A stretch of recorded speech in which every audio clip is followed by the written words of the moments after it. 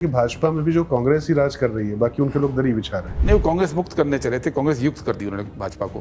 Party अपने पैरों पर खड़े होने के लिए क्या कर रही, क्या रोल मॉडल है? कोई ऐसा देश नहीं है जहां कोई तानाशाही वाली सरकार जिसने सारी संस्थाओं को कॉम्प्रोमाइज कर लिया हो, उसके खिलाफ कोई लोकतांत्रिक ताकत टिक पाई हो। राहुल गांधी टिके हैं। सरल तरीके से अगर इसको इवेल्युएट करें तो आप कहां पाएंगे कि मतलब भाजपा तो बढ़ती जा रही है।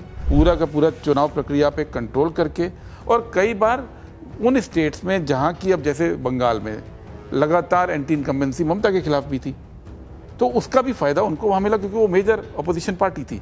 इन 8 सालों में जेनजी को या मिलेनियल अब जो हो चुके हैं, यूथ में कह लूं उनको समझा पाने में विपक्ष नाकाम रहा। ये विचलन है, वो बच्चे परेशान हैं। अगर 15-15 बच्चे सुइसाइड कर लेते हैं सरकार की पॉलिसी की कमी की वजह से। नहीं, बीजेपी तो डेमोक्रेसी में यकीन नहीं करती थी, तो अब उस समय वो मुखौटा थे, अब मुखौटे की जरूरत नहीं बची। वो गालिब का एक शेर है कि बंदगी में भी मेरा भला ना हुआ। क्या ये नमरूद की खुदाई थी? नमरूद एक व्यक्ति थे जो अपने को नकली खुदा बोलते थे। तो भाई ये नकली खुदा अब एक्सपोज हो रहे हैं। नमस्कार, मैं हूं राजकिशोर। अमर उजाला के विशेष पॉडकास्ट अनम्यूट भारत में आपका बहुत बहुत स्वागत है। आमतौर पर मैं जब इस पॉडकास्ट पे आता हूं तो ऐसे चेहरे होते हैं जो टेलीविजन पे ज्यादा चमकते हैं, लेकिन उसके पीछे जो रणनीति बनाने वाले कुछ चेहरे होते हैं, जो बंद कमरों के चेहरे होते हैं, वो वास्तव में नीति नियंता बन जाते हैं। आज लेकिन बड़ी दिलचस्प शख्सियत मेरे साथ में है।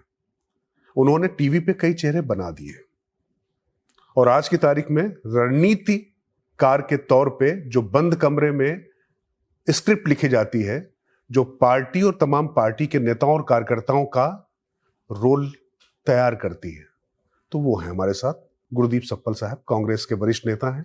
और अगर मैं ये कहूं कि जो कांग्रेस के अध्यक्ष मल्लिकार्जुन खड़गे जी हैं, उनके दाहिना हाथ में कह सकता हूं। एआईसीसी के प्रशासक हैं और थोड़ा बायोडाटा लंबा है इसलिए उस पर नहीं जाऊंगा, बाकी आप लोग सर्च कर लीजिएगा। तो सप्पल साहब, पहले तो बहुत बहुत धन्यवाद अमर उजाला से आपका बात करने के लिए। शुक्रिया, आपने जिस लहजे में और जिस तरह से इंट्रोडक्शन किया उसके लिए बहुत बहुत शुक्रिया। देश की सबसे पुरानी पार्टी, सबसे समय तक राज करने वाली पार्टी, आजकल उस पार्टी के बारे में बड़ी चर्चा हो रही। सप्पल साहब, ये दौर कांग्रेस का कभी आएगा, कभी किसी ने सोचा नहीं था।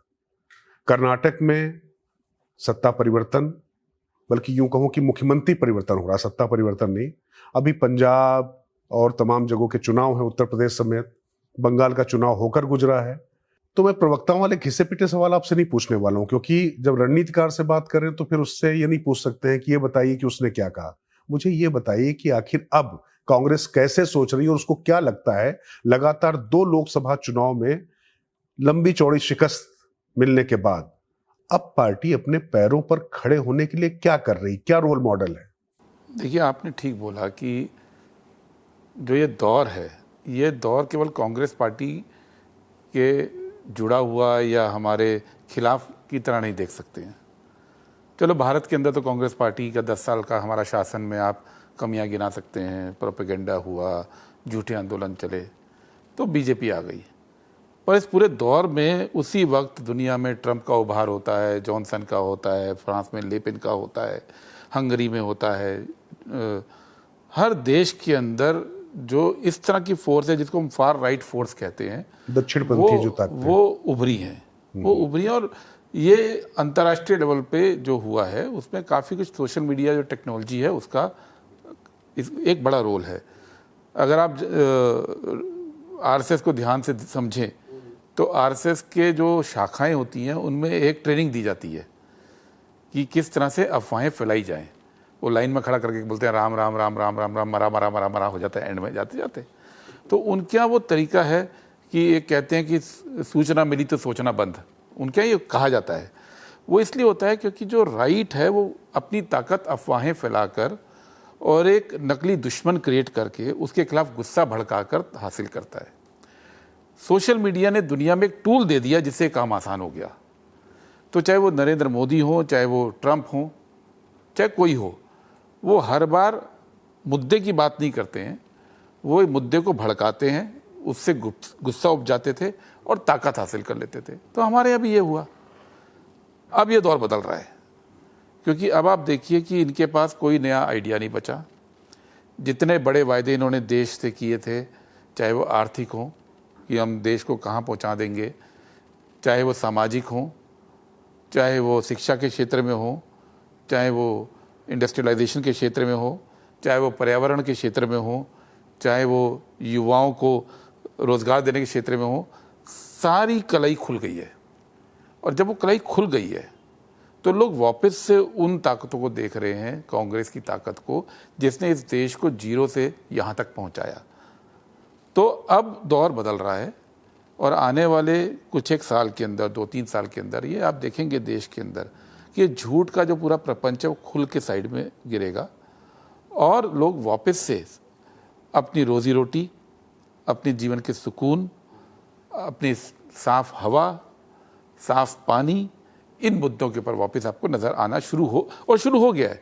चाहे मानेसर नोएडा में मजदूरों का आंदोलन रहा हो, चाहे अभी नीट के मामले में स्टूडेंट्स का आंदोलन रहा हो, लोग अब खुल के बोलना शुरू हो गए। और ये ज़्यादातर लोग वो हैं जिनके एक बहुत बड़े भाग ने नरेंद्र मोदी जी को ना केवल वोट दिया बल्कि एक तरह से उनको पूजा भी था।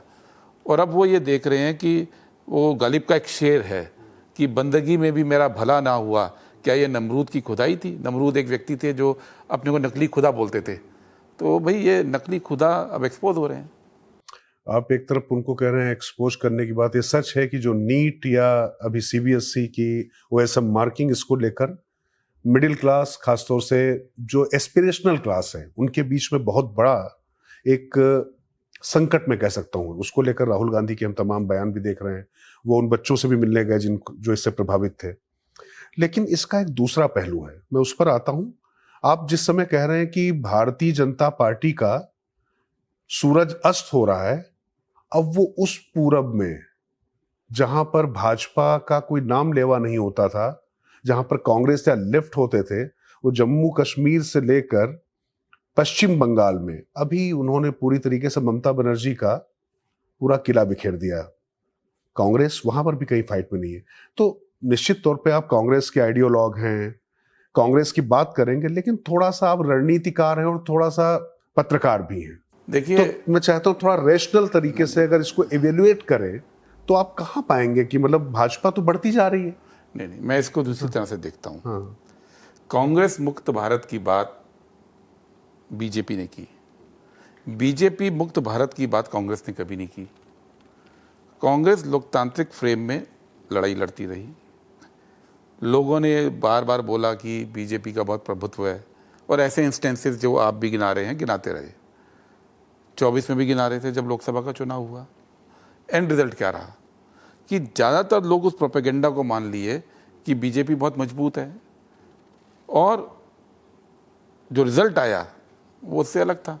अगर आप वोट की बात करें तो बीजेपी को 37.2% वोट पड़ा था और इंडिया अलायंस को 37% पड़ा था। मात्र 0.2% वोट का इस देश में फ़र्क था। और अगर आप ये कहते हैं कि पिछले 2 साल के अंदर जब ये लोकसभा चुनाव हुए तब से अब तक नरेंद्र मोदी जी की पॉपुलैरिटी बढ़ गई है, या देश में बहुत विकास होना शुरू हो गया है, या अब लोग बहुत खुश हो गए हैं उनके साथ उनसे, वो तो हुआ नहीं है। इन 2 साल में तो लोगों ने ये देखा कि 56 इंच की छाती तो खोखली है। ट्रंप ने जिस तरह से ह्यूमिलिएट भारत के प्रधानमंत्री को किया है, उससे तो बीजेपी वाले भी उनसे खफा हैं। आप उनके विरोधियों की बात तो छोड़ दीजिए, वो भी जस्टिफाई नहीं कर पाते हैं कि हमारे प्रधानमंत्री 150 करोड़ लोगों के जो प्रधानमंत्री हैं, बड़ी ताकत है ना भारत, और वो ट्रंप का जवाब नहीं दे पा रहा है। वो ये देख रहे हैं कि आज एक वीडियो आ रहा है कि एक आईएएस जो है वो बैलगाड़ी पे चल रहे हैं और लोगों को बता रहे हैं कि बैलगाड़ी चलाना कितना अच्छा है, पेट्रोल बचाइए। आप वापस देश को कहाँ लेके आ रहे हैं? आपने अच्छे दिन की बात की थी ना। अच्छे दिन की बात में ये तो नहीं था ना कि भाई आपके छात्र जो हैं वो आंदोलन कर रहे होंगे।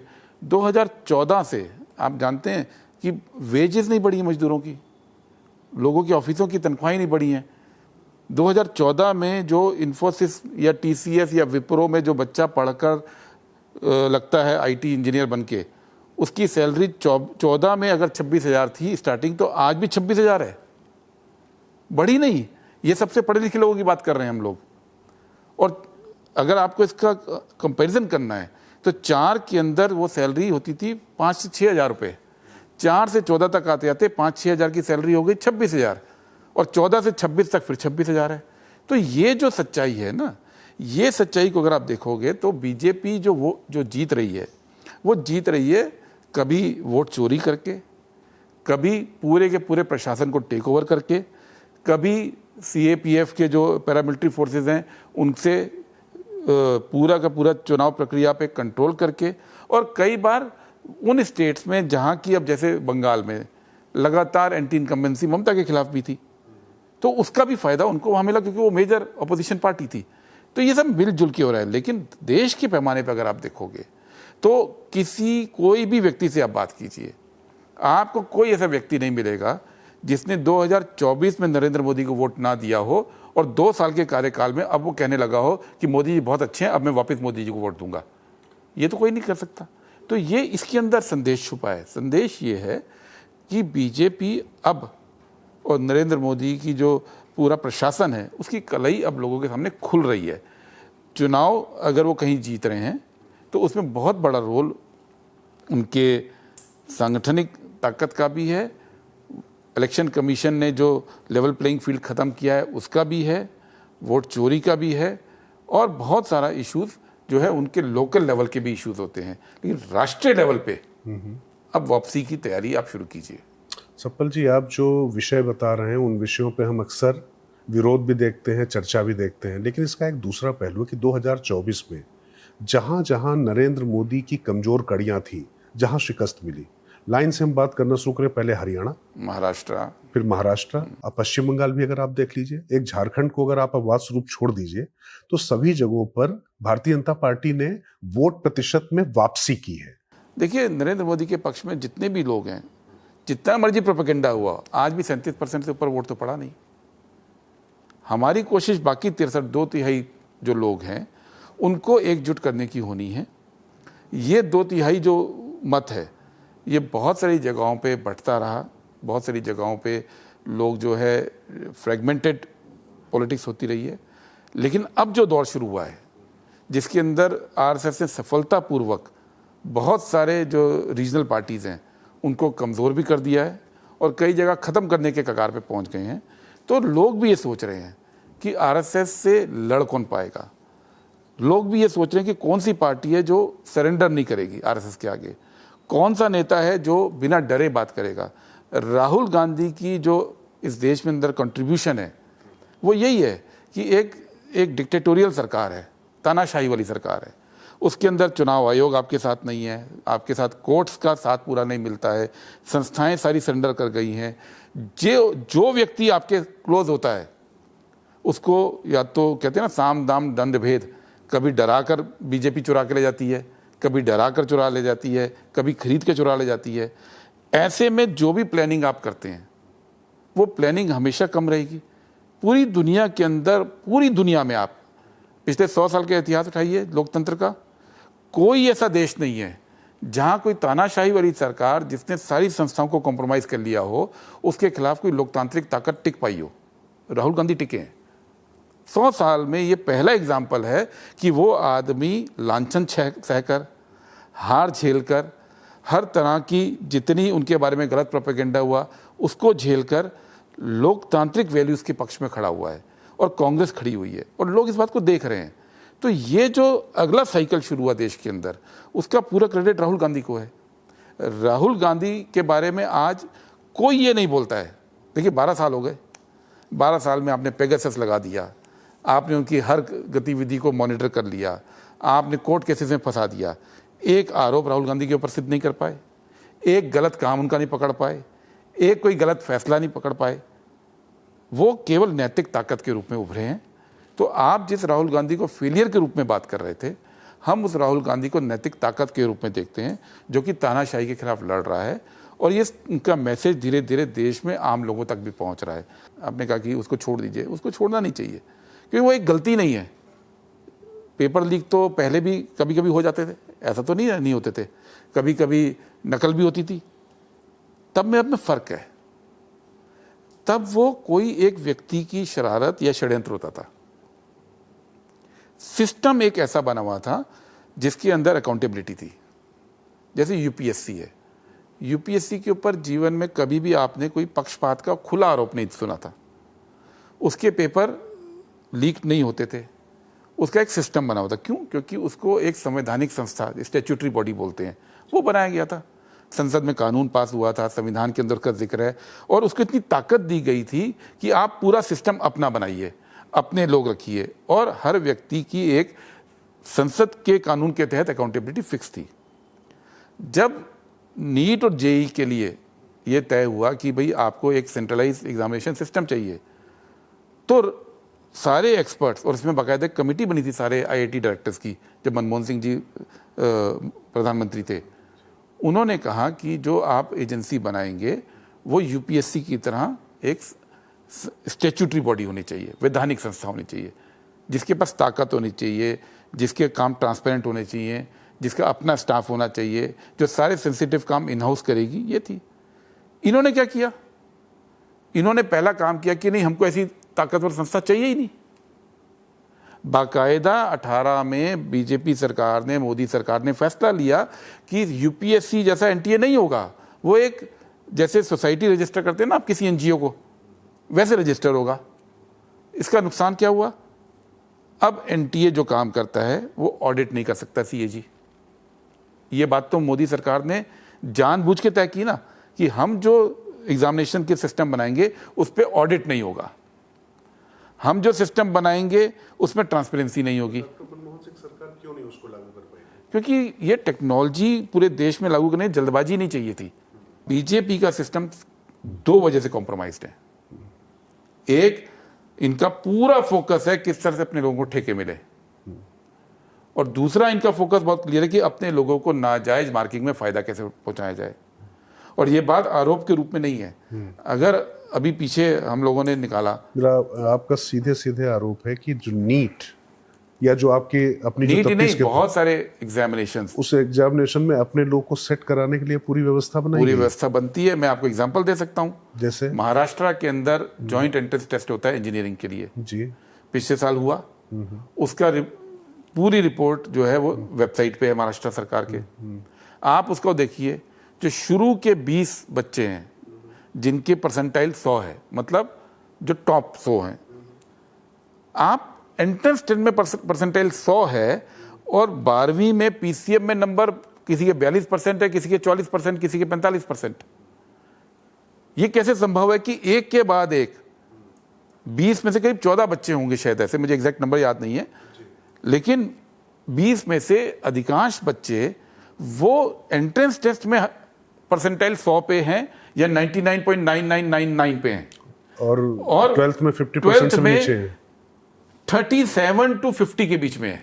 ओके, ये संभव है? ये कैसे संभव हो सकता है? कोई एक आध तो ब्राइट हो सकता है कि यार जिसका आंखें खुल गई 12वीं के बाद मेहनत कर दी, सारे ही ऐसे हो गए। जो असफलता की बात मैंने कही थी, मैंने व्यक्तिगत असफलता की बात नहीं की थी। मैंने इसलिए कहा था कि इतने बड़े मुद्दे हैं यहाँ पर, यूथ भविष्य उनका सीधे सीधे दांव पर है। 18 की आप बात कर रहे हैं, आज 8 साल हो गए हैं।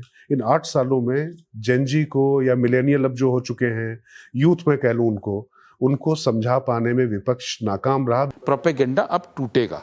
ये टूटेगा, इन्हीं बच्चों की मार्फत टूटेगा जो टेक्नोलॉजी को समझते हैं।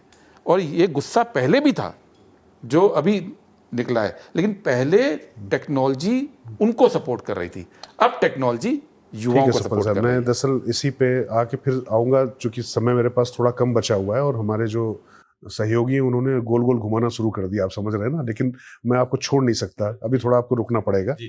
देखिए, है क्या कि कॉकरोच पार्टी आई, आपने बात सही कही कि एआई का उपयोग और तमाम जेनजी मिलेनियम कैसे उससे जुड़ रहा है, मैं सहमत हूँ। लेकिन ये एक स्टेटमेंट कांग्रेस, फिर मैं कह रहा हूँ विपक्ष के लिए नहीं है, कि जो काम आपको करना चाहिए था, एक नए बच्चे आते हैं, वो इमर्ज कर जाते हैं, यूथ उनके साथ जुड़ रहा है, आपके साथ नहीं जुड़ रहा। मैं कह रहा हूं कि जो गुस्सा उनका निकल रहा, उसके लिए एक नया प्लेयर तैयार हो जाता, जैसा कि आम आदमी पार्टी अन्ना आंदोलन के बाद, इंडिया अगेंस्ट करप्शन जब हुई, उस समय गया, और उसके बाद कांग्रेस लगातार नीचे। मैं बार बार, आप उसका एक सुनहरा पहलू देख रहे हैं, लेकिन मुझे इसका जो एक स्याह पहलू विपक्ष के लिए दिखाई पड़ रहा है, कि विपक्ष उसको कल्टीवेट करने की बजाय, कैपिटलाइज करने की बजाय, उसमें विकल्प बनने की बजाय, बीजेपी के रिएक्शन और कांग्रेस पार्टी या बाकी पॉलिटिकल लोगों का रिएक्शन में फर्क है। हम इसको जेन्युइन एक्सप्रेशन के रूप में देख रहे हैं, और इसीलिए इसको शेप अप कर रहे हैं आंदोलन के अंदर एनएसयूआई और यूथ कांग्रेस के मार्फत।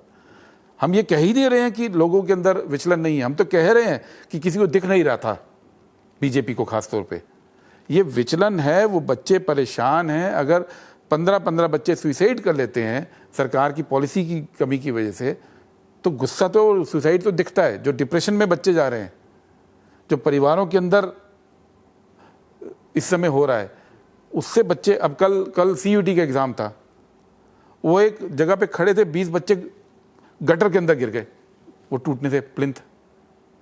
वो 20 बच्चे के एग्ज़ाम दे पाए होंगे कल, जो नाले में से निकले और गंदे कपड़ों में आप उम्मीद करते हैं उनका तो साल बर्बाद कर दिया आपने। ये जो चीज़ें हैं, मल्टीपल चीज़ें हो रही हैं। कॉकरोच पार्टी जो है वो एक हैशटैग के रूप में एक्सप्रेशन हुआ है, उसको हम भी समझते हैं और इसलिए हम इस समय आंदोलन की राह पे हैं और इसलिए हम एक्सपोज कर रहे हैं। राहुल गांधी लगातार एक्सपोज कर रहे हैं और उन बच्चों के साथ खड़े हैं। मतलब आप इसको सीरियस मूवमेंट मानते हैं जो कॉकरोच पार्टी है? कॉकरोच पार्टी को नहीं मानता हूं, वो हैशटैग है, लेकिन कॉकरोच को लेके जो सेंटिमेंट उभरा है वो सीरियस है। ये गुड़ खाएं गुलगुले से परहेज नहीं है? नहीं, आप कह रहे हैं कि वो एक बंदा जिसने तैयार किया, जिसके साथ जंजी जुड़े हैं, आप कह रहे हैं कि आपके कुछ हैंडल्स उसके साथ जुड़ गए कि उसने जो तैयार किया था उसके साथ लोग जुड़ गए थे। उससे 1 साल पहले भी cockroach party of India launch की थी, आपको मालूम है? अभी भी वो ट्विटर पे जिंदा है। 1 साल में उसके 200 लोग थे। तो उसकी प्राणवायु आप लोग हैं, ये कह रहे हैं? जब बच्चों ने देखा कि चीफ जस्टिस ने हमें कॉकरोच बोला है तो एक नेचुरल गुस्सा होता है और गुस्सा जो है वो एक जुमले के साथ, एक हैशटैग के साथ जुड़ गया। वो जुमला जो है वो खत्म ना हो जाए यहाँ पे, ये गुस्सा जो है वो हैशटैग में कन्वर्ट होकर खत्म ना हो जाए, ये जिम्मेवारी कांग्रेस पार्टी की है। अगर वो पॉलिटिकल पार्टी के रूप में आम आदमी पार्टी की तरह आ जाता है तो? देखिए, आम आदमी पार्टी वाला एक्सपेरिमेंट जो है ना वो हवा में तो था नहीं, उसके पीछे तो बीजेपी की संगठन की क्षमता थी। आज जो है ये हमारे लिए चैलेंज है कि हमारी संगठन की क्षमता, हमारी संगठन की क्षमता। सरकार आप आम आदमी पार्टी के साथ आप बनाए, पहली बार सरकार आपने बनवाई और क्षमता थी वो बीजेपी की? नहीं, वो तो बीजेपी ने भी जो है कश्मीर में महबूबा मुफ्ती के साथ सरकार बनाई, झारखंड में जेएमएम के साथ। महबूबा उनका क्रिएशन नहीं थी ना, बात वो नहीं है। ऐसे बीजेपी ने बहुत जगह बहुत कुछ किया, वो छोड़िए उसका कोई। उन्होंने तो मुस्लिम लीग के साथ सरकार बनाई थी जिसने पाकिस्तान बनाया था बिफोर पार्टीशन, तो वो इशू नहीं है। इशू ये है कि ये सेंटीमेंट है, ये गुस्सा है, इस गुस्से को पॉलिटिकल रूप देना, आंदोलन करना और ये इंश्योर करना कि ये गुस्से की वजह से बीजेपी एक्सपोज होती है, ये जिम्मेवारी कांग्रेस पार्टी की है। चलिए, अच्छा लगा जिस तरीके से आपने खुलकर इस चीज़ को बात की। लेकिन अब जरा संगठन पे आऊँगा, जिसके लिए मैं ज़्यादा आप पर रिलाय कर रहा हूँ, क्योंकि मुझे नहीं लगता कि उस पर बहुत ज़्यादा लोग बोलने वाले हैं। एक जो चर्चा हम लोग सुनते रहते हैं कि खड़गे जी का दफ्तर, राहुल गांधी जी का दफ्तर, अभी भी हमारे पास राहुल गांधी ऑफिस, मतलब आज से नहीं, यूपीए सरकार के ज़माने से जो बना था उससे चीज़ें आती रहती। इन दोनों ऑफिस के बीच में तालमेल क्या है? शक्ति का असली केंद्र कौन है? देखो, 2 अलग अलग लोग बात बोलते हैं। एक तो लोगों की कोशिश ये होती है कि दोनों ऑफिस को लड़ाया जाए और बताया जाए कि एक ऑफिस एक फैसले लेता है, दूसरा ऑफिस दूसरे फैसले लेता है, उसको लेकर झगड़ा होता है। अब आप हकीकत क्या उसको देखो। क्या एक भी पत्रकार को ये आइडिया था कि कर्नाटक में क्या चेंज होने जा रहा है? क्या एक भी पत्रकार को ये आइडिया था कि केरल में क्या होने जा रहा है? मुझे लग रहा है मैं बीजेपी के किसी आदमी से बात कर रहा हूँ, बीजेपी वाले भी यही कहते हैं। मैं इसलिए बता रहा हूँ, मैं उसी पे आ रहा हूँ, बिल्कुल वही बात कह रहा हूँ। तो आपका भाजपाईकरण हो रहा है? नहीं, भाजपाईकरण नहीं हो रहा है। ये क्या हो रहा है कि अगर 2 अलग अलग ऑफिस अलग अलग तरीके से फैसलों में जुड़े होते तो लीकेज जरूर होता। लीकेज ना होना ही सबूत है कि राहुल गांधी और खड़गे जी के बीच में 100% तालमेल है और वो दोनों मिलके फैसला ले रहे हैं जिसकी कानो कान किसी को भनक नहीं लग रही है। मतलब ये ऐसे कह दिया जाए संघ भाजपा एक है, खड़गे और राहुल एक है? नहीं, फर्क है। अच्छा, फर्क है। वहां पे तो क्या है कि मैंने कहा ना, सूचना मिली सोचना बंद। उनको आरएसएस से मिल गई सूचना, उन्होंने कर दिया जो करना है, या मोदी जी ने बोल दिया वो कर दिया। यहाँ पे जैसे आज पंजाब का फैसला हुआ, क्या हुआ मैं अभी नहीं बोलूंगा, इसके बोल दीजिए, ब्रेकिंग दे दीजिए। अब इसके लिए नहीं, वो ब्रेकिंग क्योंकि वो मैं ऑथराइज नहीं उसके लिए। अच्छा, चलिए। उसके लिए पहले क्या हुआ पहले पंजाब के सब लीडर्स को बुला के सबसे 1-to-1 बात की गई। फिर सबको पास हम लोग सेक्रेटरीज की रिपोर्ट आई। फिर सेकेंड राउंड में पंजाब के 5 लीडर्स को बुला के 1-to-1 बात की गई। फिर वहाँ पे जो हमारे पॉलिटिकल कंसल्टेंट है कोनुगलू, उसकी रिपोर्ट पे पूरी चर्चा हुई। फिर आज कांग्रेस की हाईकमांड ने आपस में चर्चा की और तब फैसला ले रहे हैं।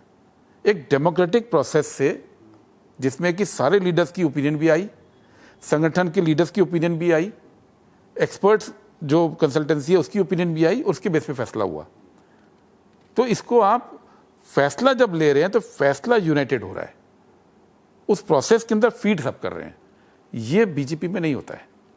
बीजेपी जो है ना, उनका तरीका बिल्कुल अलग है। वहाँ पे तो अब किसी की वैल्यू नहीं बची है। वहाँ पीएमओ है जो कि पीएम है बेसिकली, या कुछ पॉपुलर में सग है, तो उसको और इसको आप केवल एंड रिजल्ट एक है, उसके वजह से प्रोसेस एक नहीं मान सकते आप। प्रोसेस अलग है। अच्छा सतपाल जी, अब आखिरी चरण में बस छोटे छोटे 1-2 सवाल, क्योंकि जब हम बात कर रहे हैं, आप कहते हैं बीजेपी को हाई कमांड कल्चर, जिसकी आप बात कर रहे थे कि वो गुजरात में पूरी सरकार बदल दी उन्होंने, मुख्यमंत्री से लेकर, तो आपने कहा कि उनके यहाँ डेमोक्रेसी नहीं है, ये नहीं है, वो नहीं है। मुझे याद है कि छत्तीसगढ़ को लेकर जो देव साहब और बघेल साहब के बीच में समझौता था, वो लागू नहीं हो पाया। यहाँ पर कुछ हद तक लागू हो पा रहा। सिद्धारमैया वहां पर ओबीसी के बड़े चेहरे थे। डीके शिव कुमार भी अपना अलग उनका संघर्ष का इतिहास है जो उन्होंने अपना करते रहे। लेकिन कुल मिला के फैसला हुआ यहाँ भी दिल्ली से ही। कर्नाटक की जनता ने जो चुना था, या वहां के विधायकों ने जो चुना था, तो हाई कमांड कल्चर तो आपके यहाँ, तो आप में और भाजपा में अंतर क्या है? नहीं, देखिए, जो हमारा वेस्टमिनिस्टर मॉडल है उसमें जनता मुख्यमंत्री चुनती नहीं है। वेस्टमिनिस्टर मॉडल ही यही है, एमएलए चुनते हैं ना। एमएलए तो एक फौरी तौर पे वोटिंग करते हैं। पूरी दुनिया के अंदर वेस्टमिनिस्टर कल्चर के अंदर पार्टी तय करती है कि लीडर कौन होगा, और पार्टी ये इंश्योर करती है कि एमपी या एमएलए इस केस में वो उस लीडर के सपोर्ट में खड़े होते हैं, और पार्टी तय करती है कि मैक्सिमम बैलेंसिंग कैसे करनी है। एक आपके सामने कंट्रास्ट ड्रॉ किया था। आप कह रहे हैं कि जो पूरे विश्व में जो राजनीति चल रही है उसका यहाँ पर जो है प्रतिबिंब दिखाई पड़ रहा है, क्योंकि तो फिर महंगाई को भी उससे आप कैसे अलग कर सकते हैं? इलेक्शनियरिंग अंतर्राष्ट्रीय कंपनीज कंट्रोल कर रही हैं, और इकोनॉमी आपकी देश की सरकार कंट्रोल करती है। बेसिक फर्क है। बेसिक इकोनॉमी आपकी देश की सरकार। यहाँ पे थोड़ा सा आपसे सहमति इसलिए होगी क्योंकि जब रिसेशन आया, जब मंदी आई डॉक्टर मनमोहन सिंह सरकार के समय में, तो उससे हम भी प्रभावित हुए थे, ऐसा नहीं है? हम प्रभावित हुए थे। उस समय डॉक्टर मनमोहन सिंह जी ने क्या किया था? उन्होंने आरबीआई से लेकर cabinet committee on economic affairs से लेकर जो प्लानिंग कमीशन उस समय होता था उसको लेकर, प्राइम मिनिस्टर एडवाइजरी काउंसिल को लेकर बातचीत शुरू की। जितने स्टेक होल्डर से जिनको कि रिसेशन का नुकसान हो सकता था, अलग अलग इंडस्ट्री के लोग, अलग अलग लोग, उनसे आरबीआई मीटिंग करता था। आरबीआई मीटिंग के बाद प्रेस रिलीज जारी करता था कि ये सुझाव आए हैं, और उसके बेस पे जो प्लानिंग होती थी देश को की जाती थी। अब नरेंद्र मोदी जी प्राइम मिनिस्टर हैं। 3 महीना हो गया युद्ध को।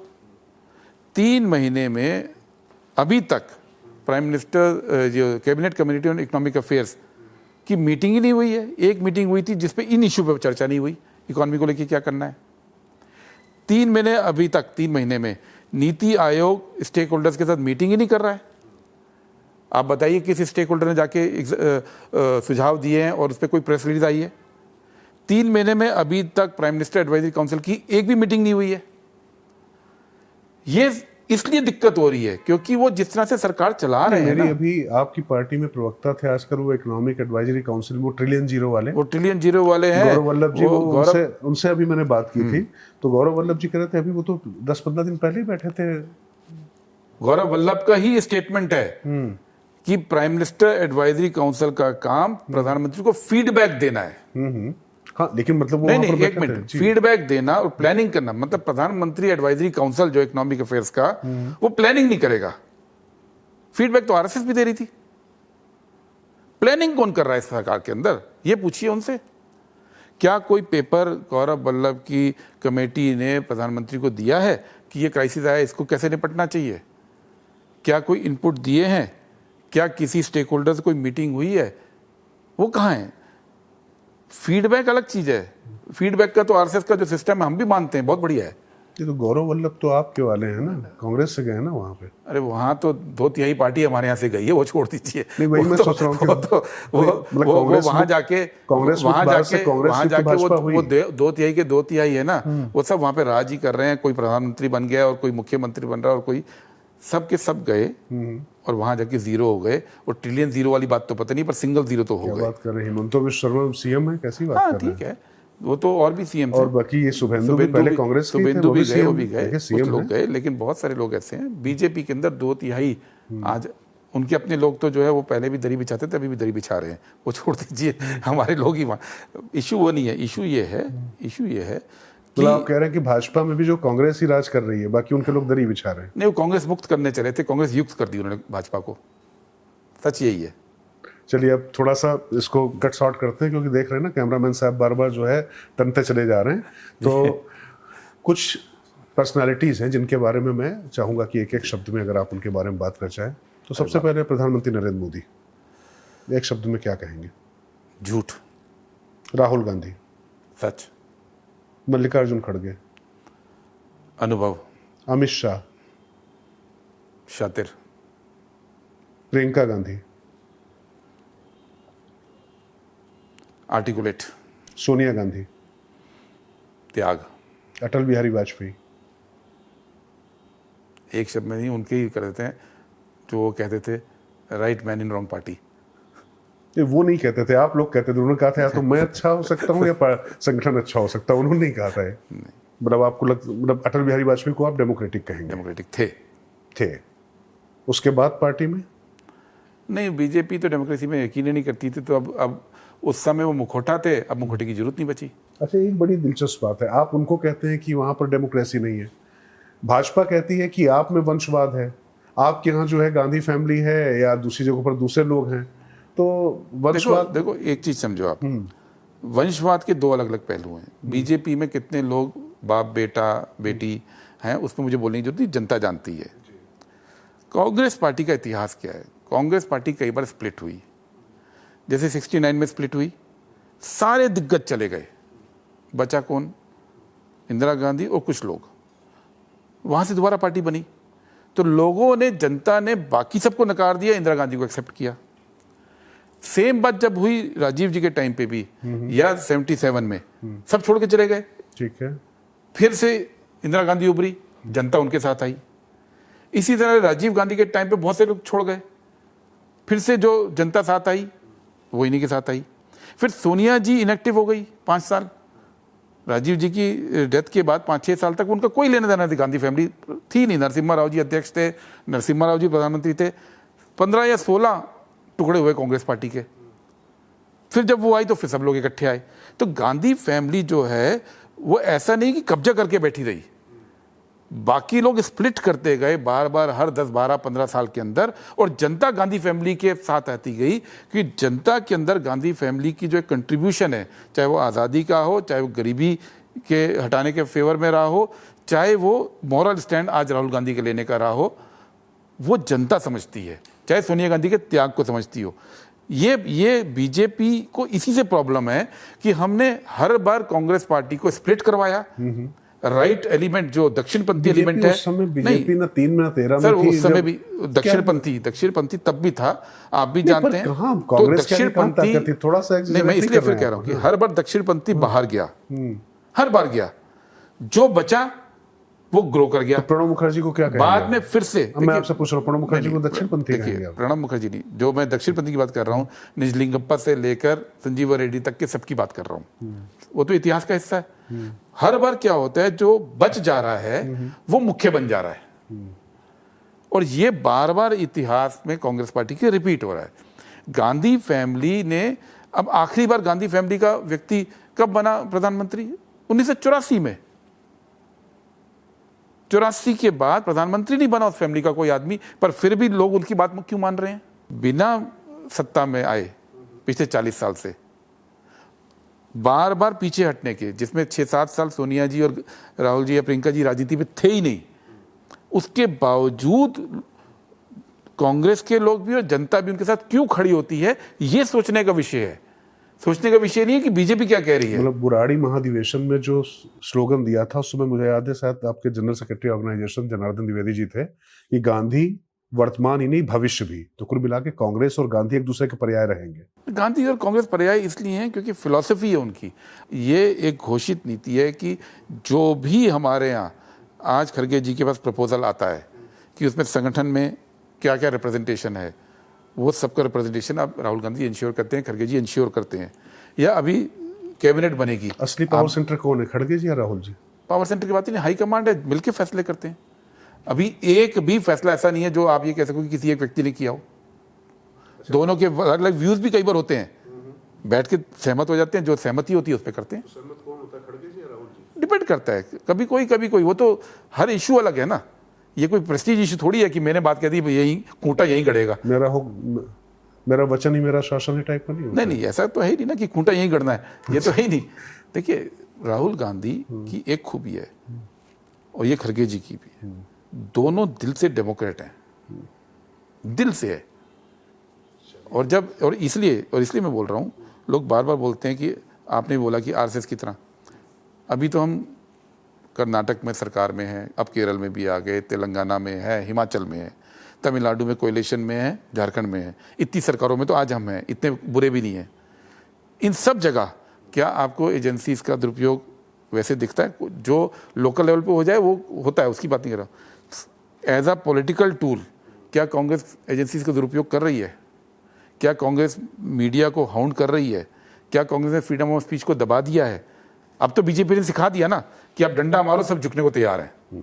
बीजेपी ने सिखा दिया, तो आप डंडा मारो, तो आप भी वही कर रहे हैं, वही सीख रहे हैं। तो मैं ही कह रहा हूँ बीजेपी ने सिखा दिया, सीख लिया आपने, पर हम फिर भी नहीं सीख रहे। हमारी सरकारें तो आज भी डेमोक्रेटिक चल रही हैं, आज भी वहां बीजेपी वालों के ऊपर रेड नहीं हो रहे हैं, आज भी वहां। देखिए, ये फर्क है सोच का। राहुल गांधी, खड़गे जी या कांग्रेस पार्टी डेमोक्रेटिक है, तो जहां सत्ता भी आती है उस सत्ता में बीजेपी के सिखाने के बावजूद हम वो सबक नहीं सीख रहे हैं। इसलिए कल राहुल गांधी ने बोला था ट्रेनिंग कैंप में कि कांग्रेस पार्टी जो है ना, वो उसका स्ट्रक्चर इस तरह से है कि उनको पता है कि फलाना नेता मेरे खिलाफ बोलता है, पर मैं उसको अनुमति देता हूं कि वो पार्टी उसकी भी है। चलिए, मुझे लगता है कि अब चर्चा आपके साथ वही है ना कि इतने आयाम चलते जा रहे हैं, अभी ये लंबी चलती चली जाएगी। हरि अनंत हरि कथा अनंता की तरह चलता चला है। लेकिन बहुत बहुत धन्यवाद सप्पल साहब, क्योंकि मैं ये कहूँगा कि बातचीत में तमाम जो मौजूदा विषय हैं उनके साथ साथ में संगठन को भी थोड़ा डिकोड करने की कोशिश, उस चरित्र को समझने की कोशिश कर पाया। और मुझे लगता है मेरा प्रयास भी यही था, अनम्यूट भारत में इस जो म्यूट चीज़ें होती ना उसको सामने खोल कर लाने के लिए। तो मुझे लगता है गुरदीप सप्पल साहब ने उनको बहुत बखूबी जवाब दिया। बहुत बहुत धन्यवाद आपका। अगर आप ये वीडियो YouTube पर देख रहे हैं तो हमारे चैनल को सब्सक्राइब कर बेल आइकन दबाएं, और Facebook पर देख रहे हैं तो हमारे पेज को लाइक करें।